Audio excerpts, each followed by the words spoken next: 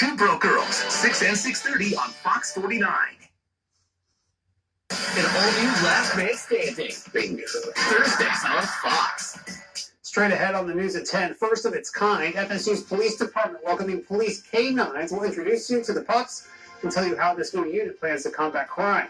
Plus, murky waters in a North Florida town. Residents raising concerns after their drinking water tests positive for dangerous bacteria. We'll hear from homeowners. But first, the latest on an incident Tuesday outside Tallahassee's Primetime Lounge and Restaurant.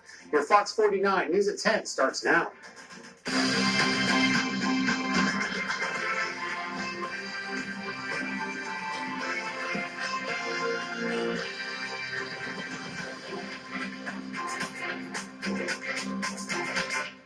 And thanks for joining us tonight at 10. I'm Ben Kaplan. Florida State's police department still not commenting on what led up to the tense moment, saying it's collecting information and investigating that Tuesday incident. Our Jacob Murphy continues following the story for us tonight and joins us live from the newsroom with more. Jacob.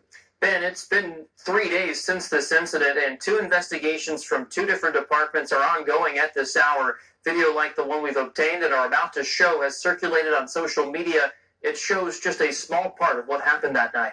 Get on the ground. I'm all the way. I'm on the ground. You want to get shot?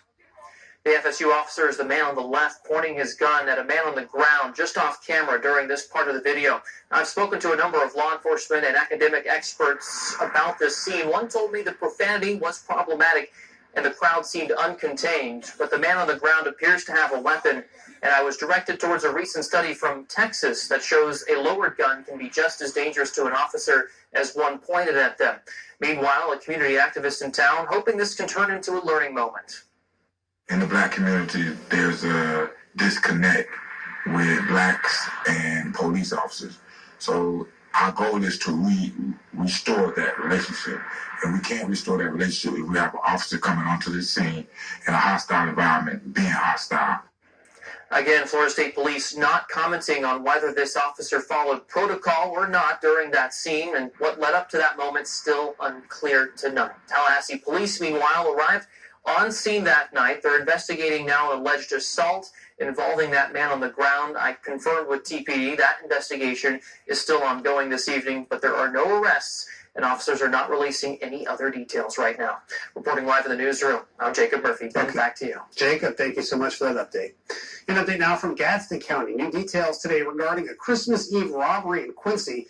Police now say there are two suspects, and they released these new photos today. This incident happened at the Ace Arcade on Pat Thomas Parkway. Police say the suspect used a gun and took off on foot. Anyone with information is asked to contact authorities. There is a $5,000 reward leading to an arrest. Covering Florida, police, or I should say possible changes coming to the death penalty. The ruling handed down by the state Supreme Court this week no longer requiring a unanimous jury verdict to sentence someone to death. As Jake Sofan tells us, the ruling is expected to immediately impact more than 100 death row inmates.